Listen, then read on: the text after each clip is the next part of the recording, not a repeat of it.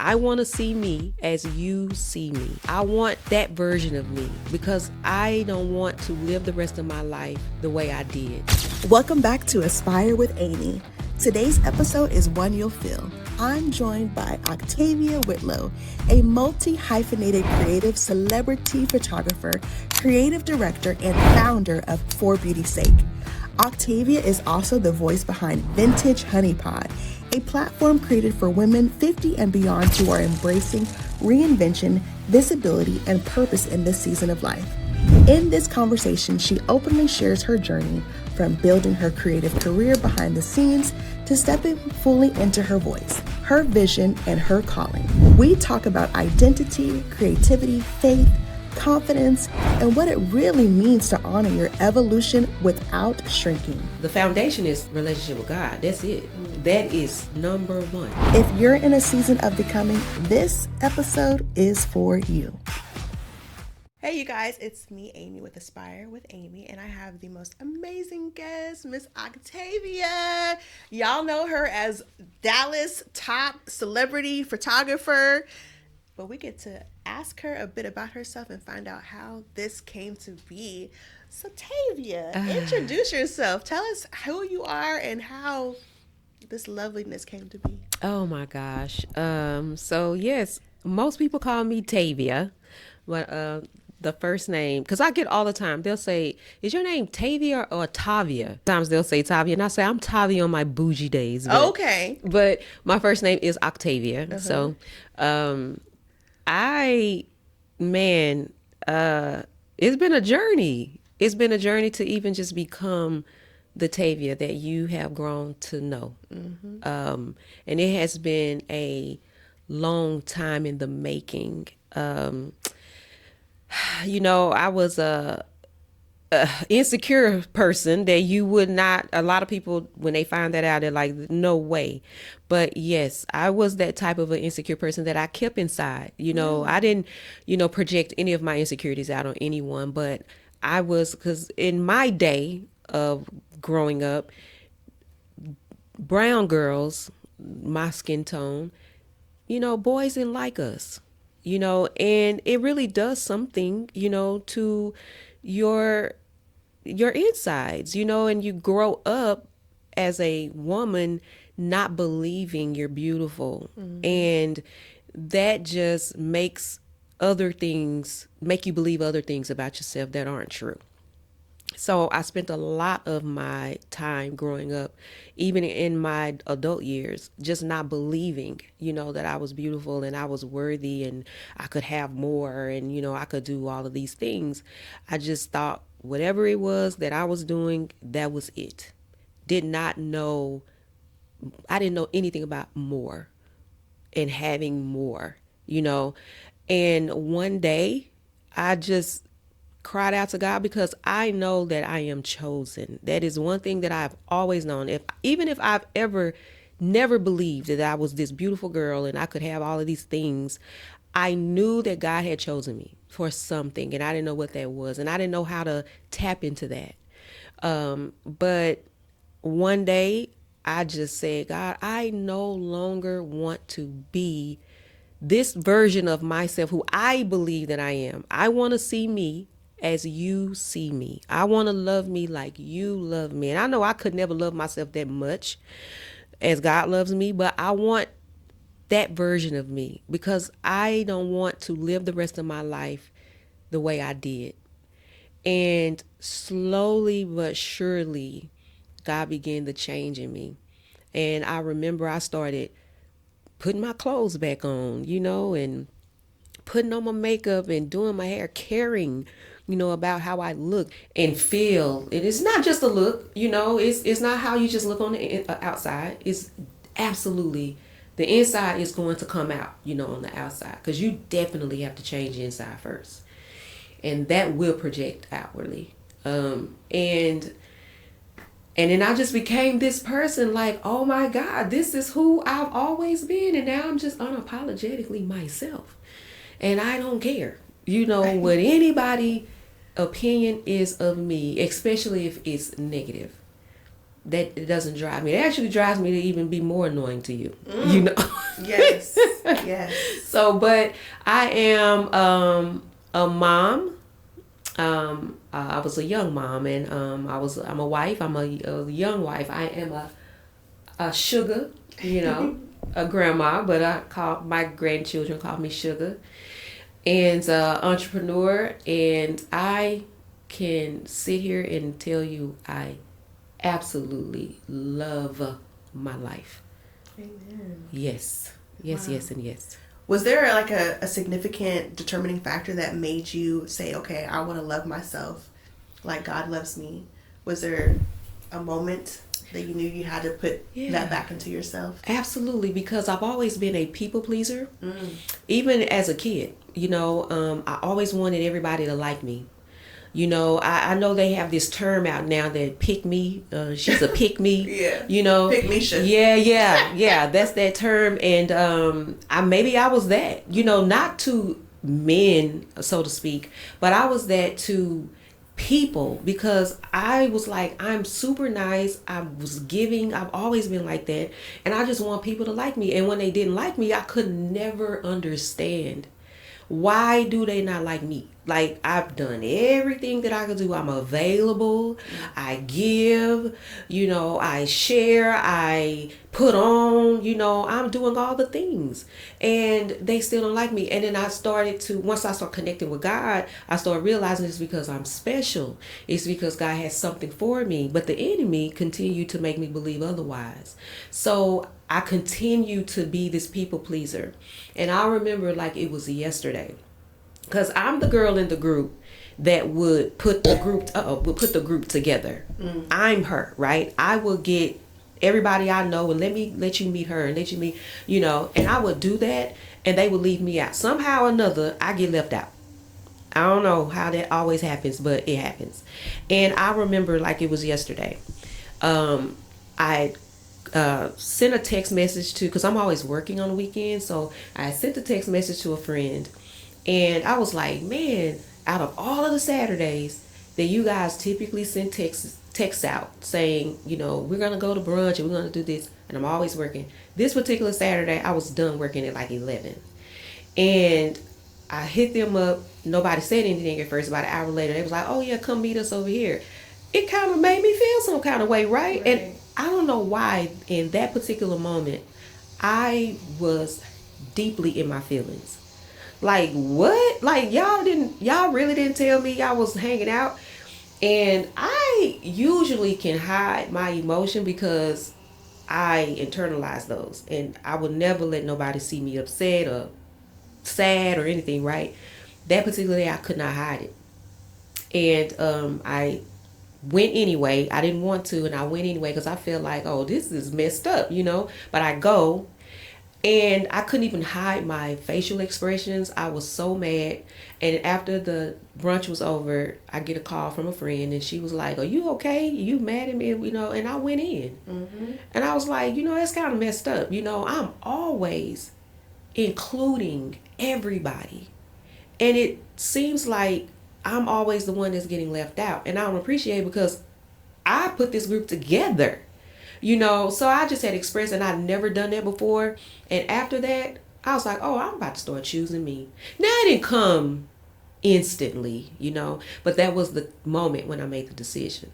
I'm going to start choosing me. So that little bitty moment right there was developing who I am now.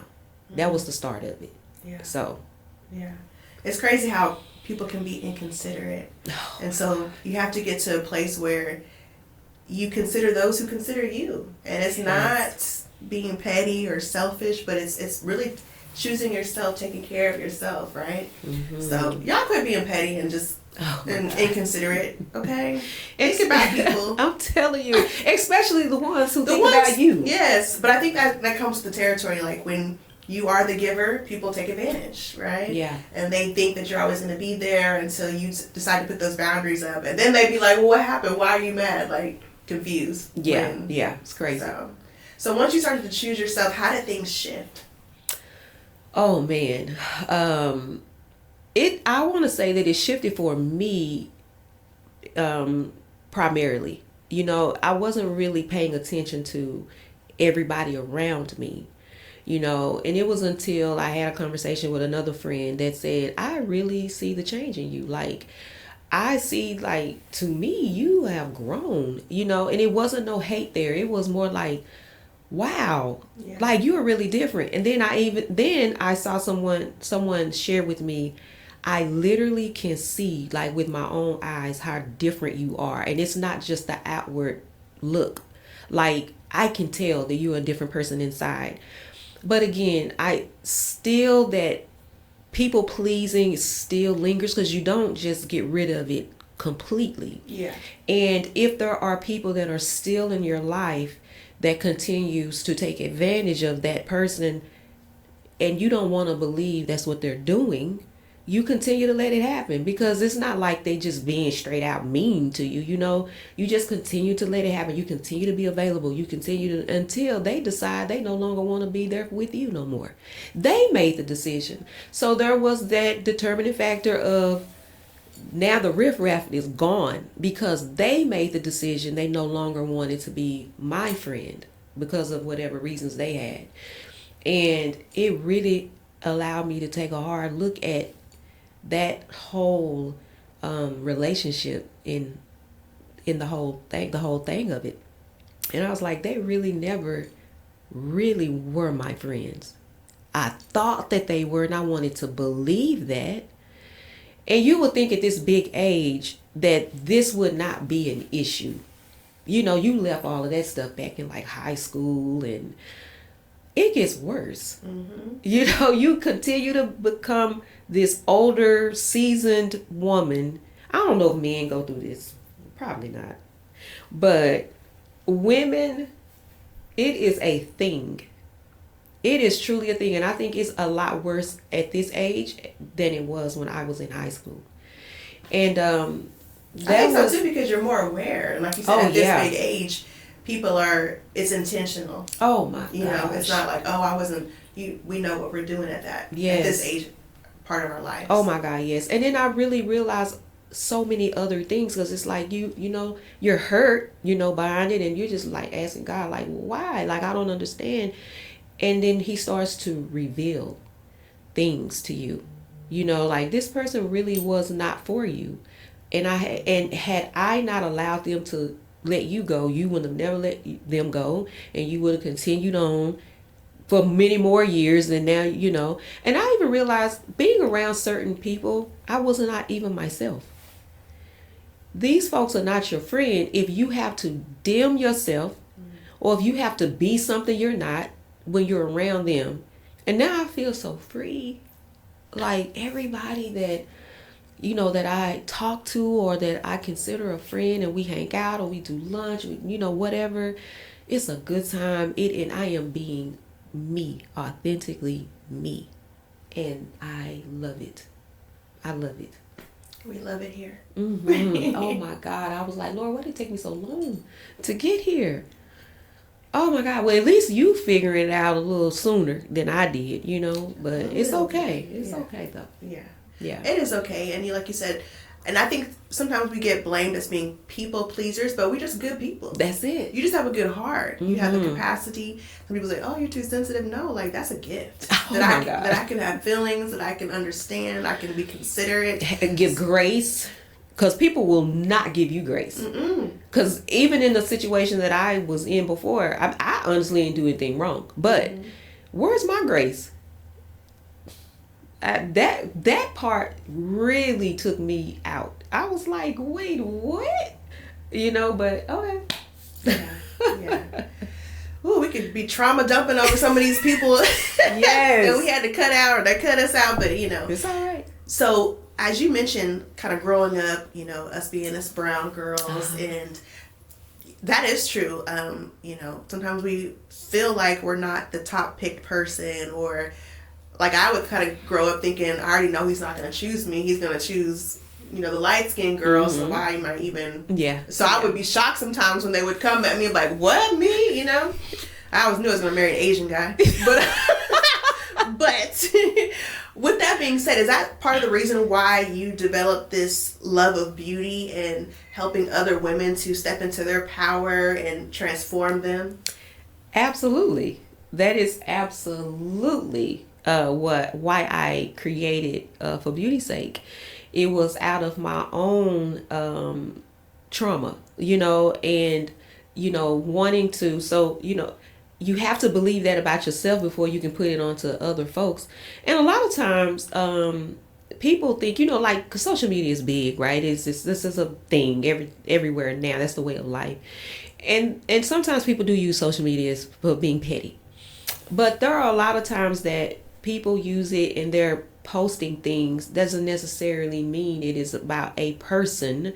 You are ministering to yourself, and I would do that all the time. So I've ministered to myself for years, so it took me years to believe. Even when I created the business, I still didn't believe I was beautiful. But I knew that if I continued to speak that onto myself at some point, I am going to believe that. So I manifested that to myself. But creating For Beauty's Sake was absolutely for women who don't really know who they are, or they're wanting to figure it out, or they're afraid to believe that they are beautiful, or not even just as far as makeup and hair and all that, just a beautiful person. Because we can walk around here without makeup on, and I get a lot of compliments like that. And I remember a time when I would never, but it's because of who I am now. And that is what I want to do for other women. Like, I felt so insecure about myself growing up half of my life. I want to show you that you don't have to be like that. I want to show you who you really are. And no, it doesn't come in one session, Yeah. So, but if I continue to show you me and you follow me, you'll catch on. And that is definitely why I created that brand. So it's really a ministry. Yes. Yes, it is. So okay, so you started off, you learned to love yourself, you created For Beauty's Sake. How did you grow into becoming like a top photographer? How did you develop that skill? Like, I'm sure people see your social media and they're just like, how does she just have it like that? Oh man, the Lord is on my side. Let me tell you. And it is really facts, when the word says that very few are chosen. And I, as I said early on, I knew that I was chosen, and I could have been chosen for other things early on, because, whatever God has for you, it definitely can shift according to you. Yeah. You know what I mean? So, but because you're chosen, He will still give you grace to do something else, and He will allow that to be great in whatever that is. So I was doing makeup, because I originally, even how I even got into doing makeup, I didn't even know how to do makeup, y'all. I had to learn how to do makeup. I didn't even wear makeup, and people think that, like, they think that I grew up with makeup and all. No, I put on lashes like one time a year, like, if that, but I was an event planner, and I had gotten into doing weddings, and at that time, this was like back in 2010, and at that time, makeup artistry was not a big thing.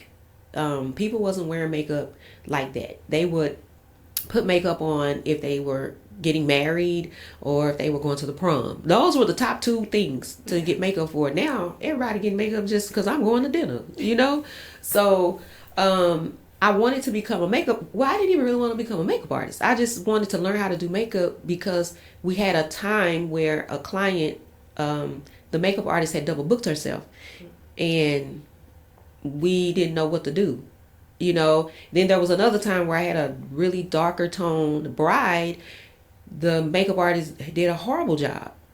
So I had to learn how to do this. That was supposed to only be in a case of an emergency. That's it. Because I thought that I was going to be this big event planner in Dallas. And but once that started to kind of fizzle out, and I do believe that, God takes you on these little journeys, to prepare you for who you are going to be. And had it not been for, I had a partner, my cousin Shay, shout out to 52. That's what we used to call ourselves, 51 and 52.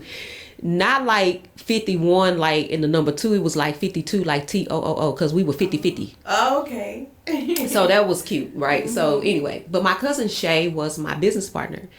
And we were great partners, and I will always give credit to her in that partnership, because had it not been for that partnership, I wouldn't have grown into a business owner at all. She stretched me, she provoked me, she ticked me off. Oh my God, I grew a set of balls with her, because before that, I didn't have, people would just treat me any kind of a way.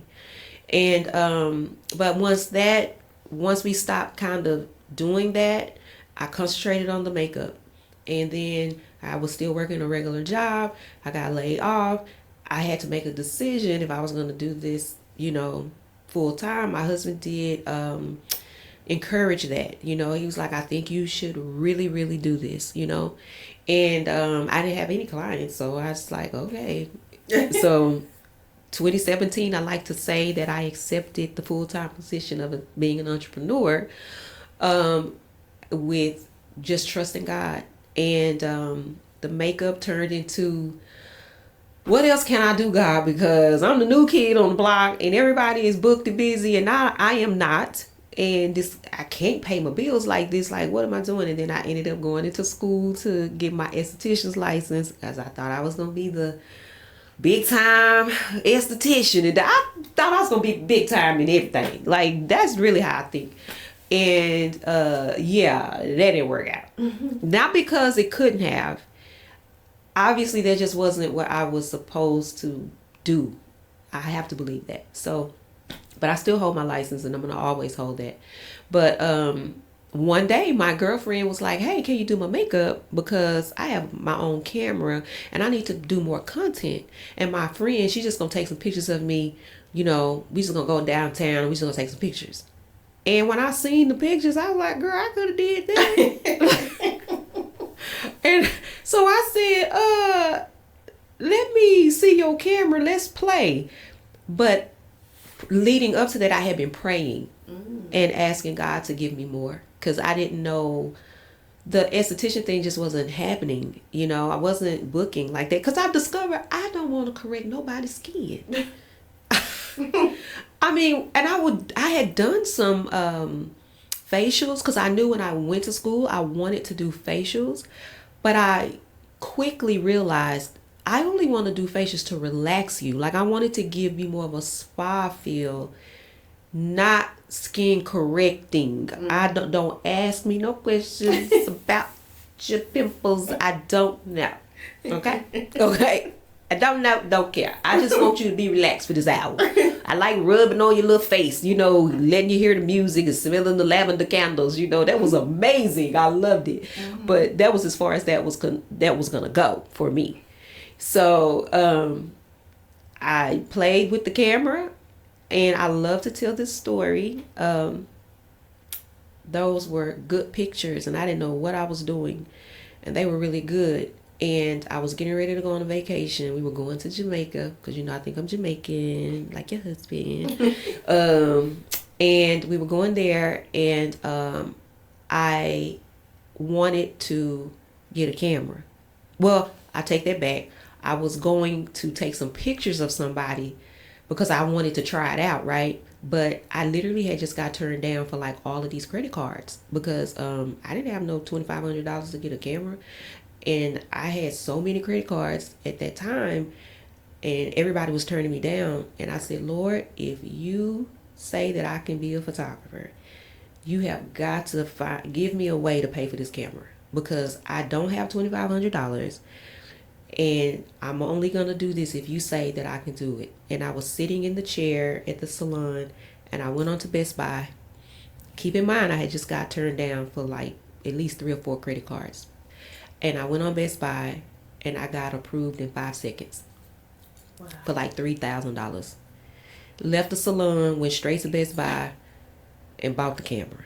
I showed them the picture. I said, hey, they said I need this camera.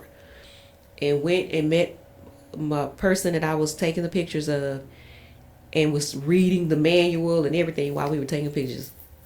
But then I took the camera with me to Jamaica, took some pictures of someone that was on the trip with us. You would have thought that I had been shooting for years. Wow. And when I really knew that God said yes, outside of him giving me the credit card, was when I showed it to someone that did photography, and the response was, oh, well, whatever setting you had on there, it was going to look like that anyway. Wow. I knew then, oh, I'm that girl. Because anytime you got somebody hating for no reason, and they supposed to be your friend, I said, oh, yeah, I'm on to something, baby. And from that point on, I'm taking clients. And I will be cracking up when somebody will book me. Because I was like, they think I am for real. Like, but I was taking them pictures, girl, didn't know what the world I was doing. But I was taking them pictures, honey. Mm-hmm. And it got me through. That little camera got me through my first 2 years. Amen. Yes.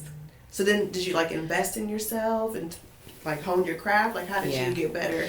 I had took a couple of one-on-one classes with an amazing photographer, a couple of them that I knew. Well, actually, I would say over the span of my career, I have done one-on-ones with 4 photographers that are very known here in Dallas, and they are amazing. And so I took a little bit of what they taught me, and like the one photographer, he told me best advice, and he's like, listen, the only way you're gonna get good is to do it. You can take as many classes as you want, but if you don't get out there and practice and shoot, just when you're not doing nothing, shoot. Call your friends, shoot anything. Just shoot and just practice. And then that's what I started doing. And I was so afraid that I wouldn't be accepted in the industry. So I started trying to dim myself down, right? I would be like, well, it's not many people out here doing lifestyle photography. So I'm going to brand myself as a lifestyle photographer. And that's what I was doing until it got cold outside. So I was like, oh yeah, I got to learn how to shoot in the inside, And someone came and just helped me and taught me. And I've been rocking since, So. Yes, you have. Mm-hmm. Yes, you have. Mm-hmm. So tell us a little bit about Vintage Honey Pod. So, Vintage Honey Pod. Vintage Honey came about because, when you get a certain age, you don't really want to, especially when you think you fly, when you still think you got it, you don't want to be called old. And men, you have got to quit asking the ladies, and even ladies, you need to quit asking us how old we are. Because we might want to be lying about our age sometimes, but that's just what happens. It's so funny because when you're young, you want to be old. And when you get old, you want to be young. It's wild. But nonetheless, I accept my age. I am grateful, and I am even humbled that God would even allow me to live to see this age. And instead of being called old, I decided I'm vintage. I am vintage, and I am a honey. I'm a honey pot. But I ain't going to say pot, I'm pod, because, eventually it's going to turn into some other things. Yeah. So, but yeah, that's where the term came from, just accepting, being in a new decade in my life, and just getting older, but putting a little sass on it, And that's how it came. Mm-hmm. So tell us a little bit about it. Is it like to help women to, because I know you kind of set the tone on your social media, like, hey, don't let age stop you from being sexy, doing what you want, living your life to the fullest. Yes. Okay, so originally it was supposed to be for women 50 and older. But I had some 40-year-olds that be like, hey, I don't care what you say. I'm a vintage honey. I'm in the club, you know. So I love that. And what I also love is when I even see ladies like just outside of the social media, because people will recognize me sometimes and they'll be like, I want to be a vintage honey, you know. Yes. And so I just love that. But it came about, you know, for women in that age bracket that have just lost themselves, you know, because it's easy to do. Heck, I lost myself in my 40s, you know. So I'm like, you know what, I have found who I am, and I want to help my vintage women, you know, figure that out too, that they can still be sexy. There are so many women that are 50 and over that look amazing. Better than 20-year-olds. Oh my God. Look amazing. And I just want to, but we don't really have a community.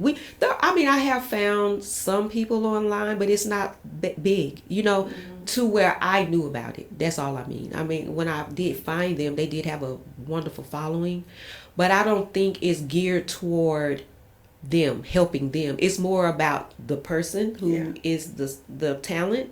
So, you know, they're just, you know, giving you fashion and all, but it's about them. I wanted this to be about the community. Yeah, so I'm just trying to build a community of us so that we can get together. So eventually it's going to turn into trips and meetups and, you know, Christmases and Friendsgivings, and you know, it's going to turn into that because we need to stick together. So yeah, that's what that's all about. Okay, I love it. Well, I'm 40, so I'm going to claim the vintage honey pod as well. I'll be waiting for my invite for all of the things to come. Absolutely. So it'll be like your prerequisite. Yes. I'm there. So shout out to husbands. You mentioned that he kind of gave you that encouragement to step out into the entrepreneurship, to kind of bring all of this into life. Can you speak on what marriage is and how it affects entrepreneurship? Oh my God, today. Okay. Especially it's different when your spouse is not an entrepreneur. I think you may have a bit of an advantage because you and your husband do a lot of things together, right? He helps you out a lot, and that's a big thing, you know, for a husband. A wife does it all the time, but for a husband, you know, to step into that role and, you know, help you with your business and grow your business, that's big. My husband is not an entrepreneur, but him witnessing what I do, it definitely has encouraged him to become one.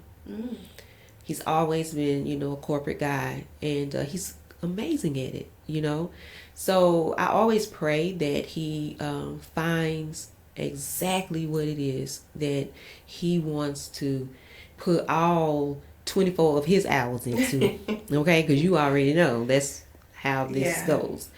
But he definitely has been someone that has encouraged me all the time. He's always there, even when he don't want to be there. You know, even when they don't want to be there, they come. They mad, but they still show up. They do, and he always shows up.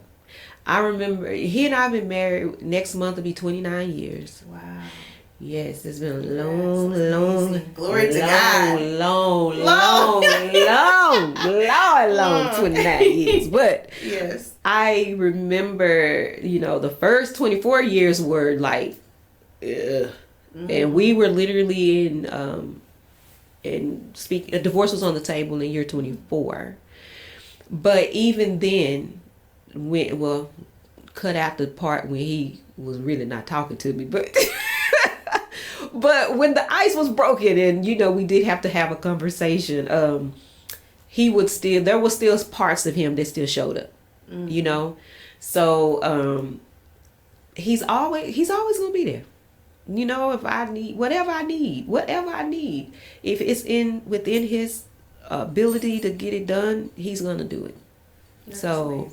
But it can be rough because sometimes they don't understand what you go through, what's on your shoulders. Yeah. Especially women, we're strong. I think all women are the strong ones. They always say check on your strong friends. The women are the strong ones, and especially entrepreneur women, we will have put everything on our shoulders and try to carry it without asking for help. I know I am notorious for that. I got it. Don't worry about it. Yeah. I'm gonna do it. Half the time you don't even know what's going on because but he has really been there for me. So yep, shout out to Mr. Whitlowe. I like that dude, man. He's a good guy. He's a good guy. He's a good guy. Yes. Yeah.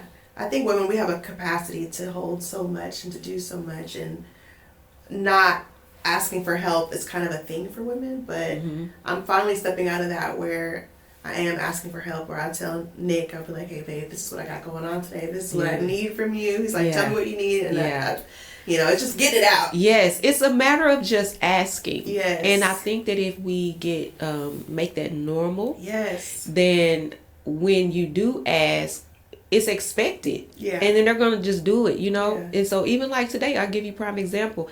I was trying to be superwoman today. I'm trying to do everything. I have a birthday party I want to take my granddaughter to, and I'm realizing, what I have going on today is going to run into that time frame. And I'm like, you know what? I need help. And so I text my husband. I was like, hey, I need you to go pick this baby up, And he's like, okay. Yeah, right. It's like, why didn't I just... Yeah, why wasn't did I that the first? Right.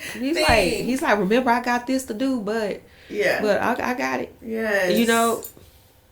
I love that. Yeah. Ask for help, women. Don't carry it all yourself. And even if sometimes we don't get the help we expect, just don't stop asking for help. Yeah. We're going to make it happen no matter what. We always do it. Absolutely. Eventually, he going to say yeah. Yes. Yeah. So what would you tell a woman who is maybe not loving herself, maybe she is getting to that vintage stage and she hasn't felt like she's coming to her own, or maybe she hasn't accomplished what she thought she would at this age? What would you say to her? You really have to, the foundation is the relationship with God. That's it. That is number one. Yes. Because if you do not have a foundation with God, and I'm not saying have the same relationship that I have or the one you have, because again, the relationship I have with God, it's been years in the making. Yeah. But you've got to hear the word, and because the word is going to tell you what you can have, what you can do, who you are, what can be, it's definitely the word is going to really reveal all of those things. So if there was a woman who maybe they're approaching vintage, or maybe she's in her vintage stage and she doesn't feel like she has made it, or maybe she's not really comfortable with herself, what advice or what would you tell her? So the first thing, you have to be grounded in the word. For sure, you have got to find your relationship with God. Without God, without the word, you will just not make it. It's just not going to happen. Now I'm not saying that you have to have a relationship, or the same relationship that I have with God, and even the one that you have, because this was years in the making, to be at this level. But you gotta get into that word, because the word is it's a guide. It's the guide to your life. It's the guide to telling you what it is that you can have and who you can be and who you are. That's first. And you got to start loving yourself. But the only way you're going to start loving yourself, it still goes back to the Lord, But you got to start seeing yourself for how God sees you. And that's all that is going to take prayer and faith. And it takes a little time, but all you got to do is start the time. Start it, and eventually you're going to start seeing a difference. Because I remember just seeing it in real time, my change. I mean, I look back on photos when I thought I was doing it. I really thought I was doing it, but I'm looking into this photo and I'm like, she was so broken. Such a broken person. And I was like, wow, I can't even believe I thought I was real cute on that but yes, man, I was so broken, and I just the way I walk now is in just full authority of myself. And it feels so good. I'm free.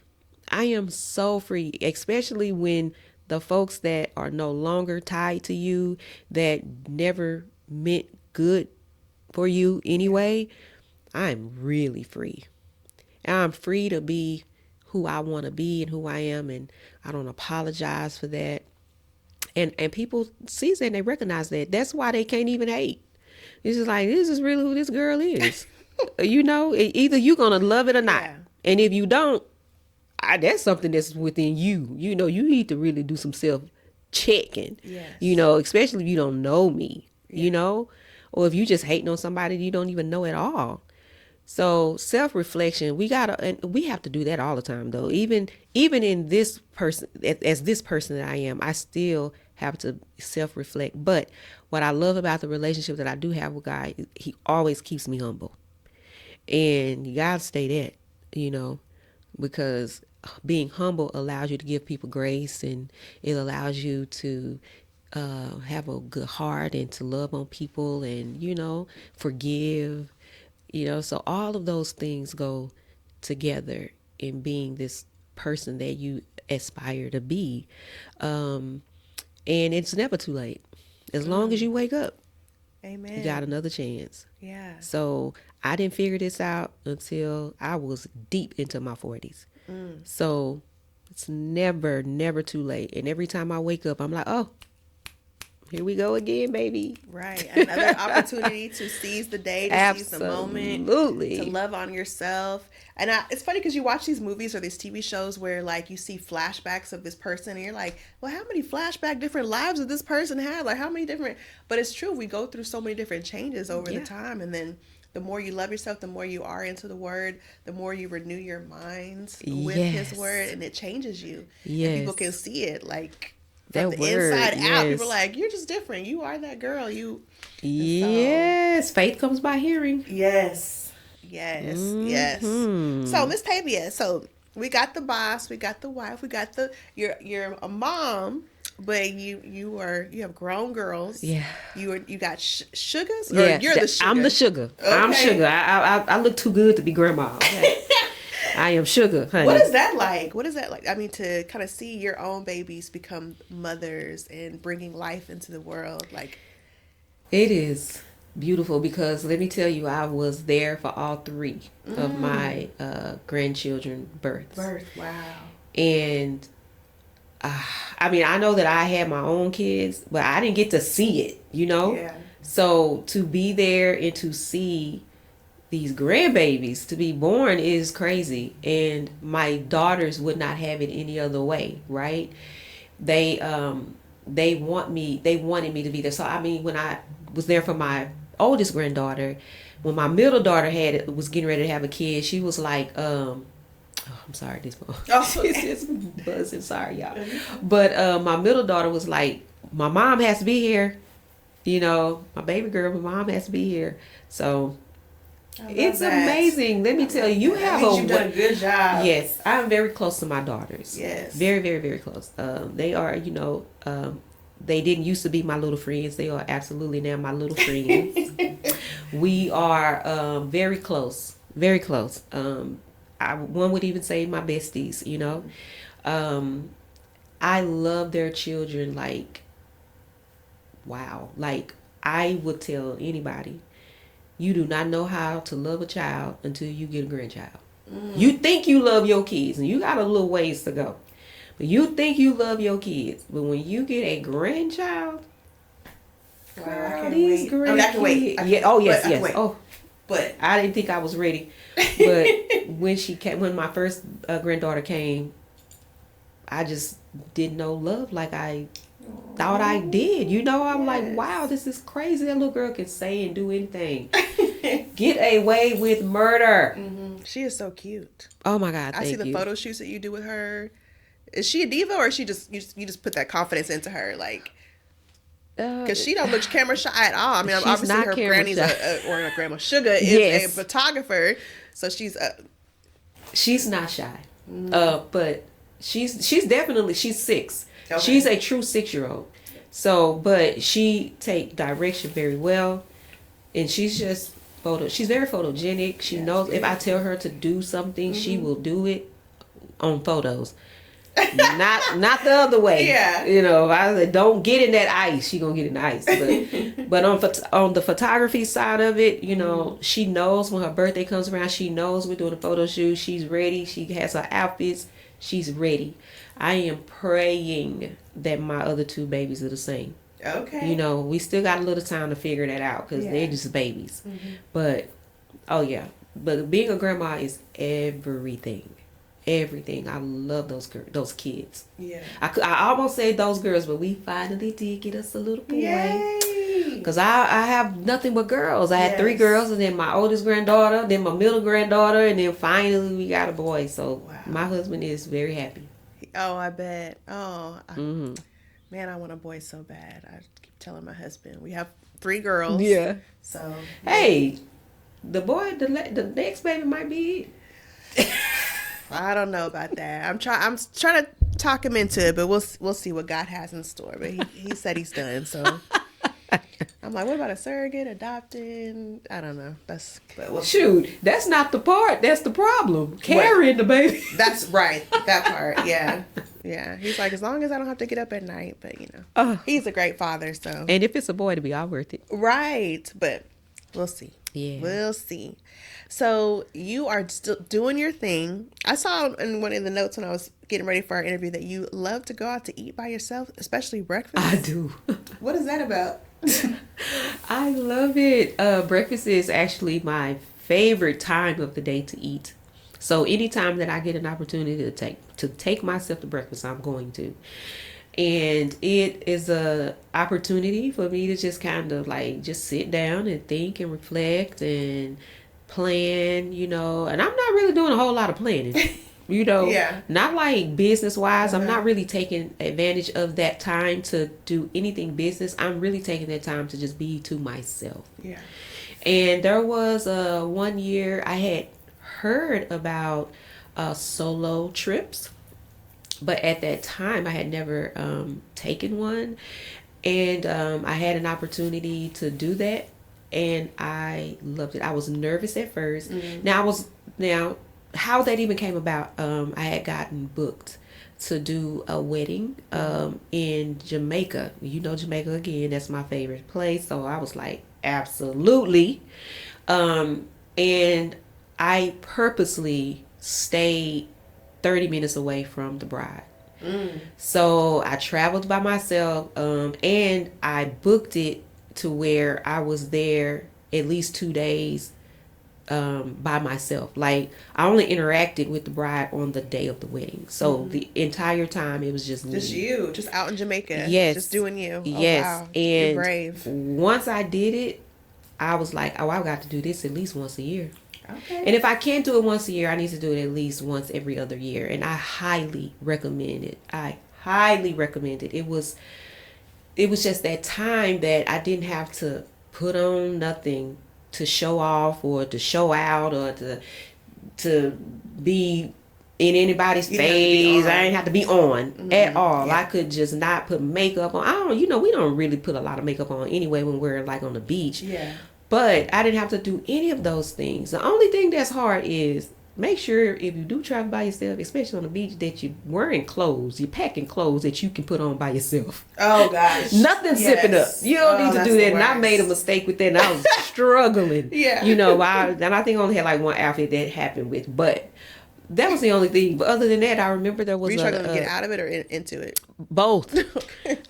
So that's don't do that. Yeah. But there was a day that I took the whole day. I slept like all day. Oh, nice. Man, it was great. Yeah. That's how I feel about cruises. Have you ever been on a cruise flight? I actually never have. You never? Okay, we got to do a cruise. Yeah. I could do that by myself for sure. Because they have room service. The room is dark. Like the waves kind of rock you to sleep. And then if you want to get out and explore, it's like Vegas on a ship. Oh, wow. There's entertainment. My husband went to a comedy club every night. They have tournaments. He won a soccer tournament. He was the active one where I was like, room service and movies, please. I'm sleeping. Yes. But yes. Okay. That's so cool. Yeah, one day. I definitely want to do that. I can't believe at this big age I've never been on a cruise, but Well, we're always starting something new. yes, and I'm actually in that stage in my life where I really want to travel, like a lot. Okay, where's your next trip? Where's some place? Obviously, we know your birthday's Yeah. coming. Yes. So, for the birthday, I wanted to choose a place that I've never been, and I've never been to Aruba, and it's so wild because we were supposed to go to Aruba years ago, and we switched it, and I remember the year we were supposed to go, we switched it to Playa del Carmen, Okay, which was great. Everybody, you Mexico's can't so go wrong. easy. Yeah. The drinks, the customer service. Yeah. I mean, it's just always a nice time. And that's how I feel about Jamaica. I'm like, I can go to Jamaica every weekend. Yeah, like literally. if I could, I could. Right. Yeah. And Mexico, if it just boils down to you needing to go somewhere, Mexico. Yeah. And Playa del Carmen is like the spot. Okay. But yes, Aruba is on my list. And I'm hoping that it's one of those places that I can put up there with Jamaica and Cabo, because I love Cabo. So we'll see. So I'm excited about that. I want to do more traveling next year too. Yeah. Like that's a, and that's a real thing. Writing things down, checking them off the list. Doesn't necessarily mean you have to do this big old vision board. We're gonna do a vision board next year. I probably will do it for like Vintage Honeys for sure. Okay. But not just for Vintage Honey. Maybe we'll do two, but I do want to do one for Vintage Honey. However, I don't really want to do like the big board. I want to do more like a written. Right. Your goals. Because we want to, check things off in 1 year. And ladies, if you really discover the power of your words and your thoughts and you having faith in those things, it would really happen. Because there was 1 year that I said I want to travel a lot this particular year, and I think that particular year I traveled like 9 times. Oh wow. And some of those times were for work, but it was still time that I was able to see places I had been. And I'm telling you, vacation 9 times. And I was like, I literally said that. And I didn't say that the following year, and I didn't travel a lot. I think I only had like 3 places that I traveled to. But yeah, that's exactly that is the plan for 2026. That is, I'm getting back to the basics. Okay. Yeah. Okay. And that's writing things down and checking them off. Yeah, it is so powerful. It's really like writing a contract for yourself. And so, one girl, I have actually a vision room. Oh, I love that. Yes. So I have multiple boards. Oh my God, I love that. Well, listen, honey, you can have one in here. You know what I'm saying? Yes, you can. And I love that for you. So, have you seen the movie The War Room? I did. Yeah. See, the first time I watched it, I missed a key thing. I thought it was just pray, just pray a lot. But you have to have a specific prayer for each area, or it's a strategy. It was like you're going to war for your life. I missed that the first time I watched it. That is fun fact. That is what got me through that time of me and my husband almost divorcing. Someone had asked me, have you seen that movie? And I said, no, I haven't. I had heard about the movie and I hadn't seen it. But the crazy thing is, I had already started doing that very thing prior to seeing the movie. Yeah. And when I saw the movie, put it all in perspective, I knew what God was telling me to do. Yes. And it was just Him showing me my power. Yeah. And it's crazy, we have right? so much power that we don't even tap into, like, I wouldn't even say like 80% we don't even tap into, which is crazy. It's very crazy. Because you was like, I need this camera in 5 seconds. I'm trying to tell you. Yes. You. And even I used that camera for 2 years. And I found out later that wasn't even a professional camera. But I used it for 2 years, and I said, Lord, it's time for me to upgrade. Yeah. I need a new camera. I need $3,000. I don't know how to get. I did it. Got it. And I shot with that next camera. I shot it 2 years. Wow. And then I ended up getting the camera I shoot with now. And now it's like, okay, Canon might come. I'm a Canon user. So, you got the Canons and the Nikons and the Sony. You clearly worked it out, because your pictures are on point. If you haven't booked Tavia I'm for trying to your tell you. upcoming photo shoot, whether it's lifestyle, branding. I mean, without even the edits, it just looks amazing. Like, I remember seeing your photos with Lanice. I was like, who took these pictures? She needs to post them again where it's like where she's in the Yeah. purple and the Oh my hat. God. That's one of our all-time favorite shots. She and I. That's like one of our Yes, favorite shots. She's such a beautiful girl. she So is. it's so easy to shoot It her. is, You but it's know. but still Yeah. like I mean, people can take a nice picture, but it's like who took this? Like, That you was know, such a good picture. yeah. Yes. But like all your pictures are just fabulous. So it's like Yeah, cause we, God, you can see God's work yeah, through your yes, cause pictures. we did the thing now with you. Girl, and I need to repost those because they're beautiful. They're amazing. That's so. I like you. She would laugh at me because I'd be posting the same photo shoot. I only booked one photo shoot like in 2020 with her, and I still use that same picture. And I was like, you know what? It's ready. I'm ready for a rebrand. Yes, and that used to tickle me, but you still look the same to me, you know. Yeah. And that was such a good picture. It was it was my Yeah, very first professional photo shoot. yeah. Lonnie was like, yeah, she's amazing. You know, I look at my photos. I was like, I'm there. So, yes. But We've I was been deep in the rocking. trenches when I first met her of learning how to be a CEO, learning how to navigate COVID and running a beauty school. But yeah, if you need photography or you don't do makeup, you're like, I don't want I to mean, make I still do because I do have folks that I still do that for, but I'm trying to transition Yeah. out of that, you know. And it's not gonna be a hard transition out Yeah. of, you know. I mean, because I still have a few ladies, but my desire is to just be a shooter, and you know, and to have a full-time makeup artist in my studio Yeah. so that we can get more shots in, like, you know, we can Right. get more people booked, because while I'm shooting her, this she can be getting makeup done, and I don't, and that's another thing, that's that part of scaling, because you gotta do one or the other, you know what I mean, because I figured out very quickly I am burning myself out, and I can't get a lot done when I'm having to do both. Right. When I'm having to be everything, you Yeah. know. I can't always be creative when I'm having to do everything. Yeah. So my on my vision board is to have a team, I love it. a great team that is Yeah. going to take everybody's brand to the next level. Yeah. Well, you heard it here first. Yes. Yes. We cannot wait to see. So, legacy. What legacy do you want to leave? Oh man, that's big. Um, you know, the legacy, a lot of times people think legacy is money. A lot of times people think that. I mean, that's usually what it means, right? You know, wealth and passing the wealth on Something down. to inherit or something. Right. Yeah. Yeah. You know, but I want to leave my spirit, my heart, you know, my drive, you know, because those are the things that are going to get you where you want to be. Yeah. And if I leave that with you, you can take that and you can apply that into your life.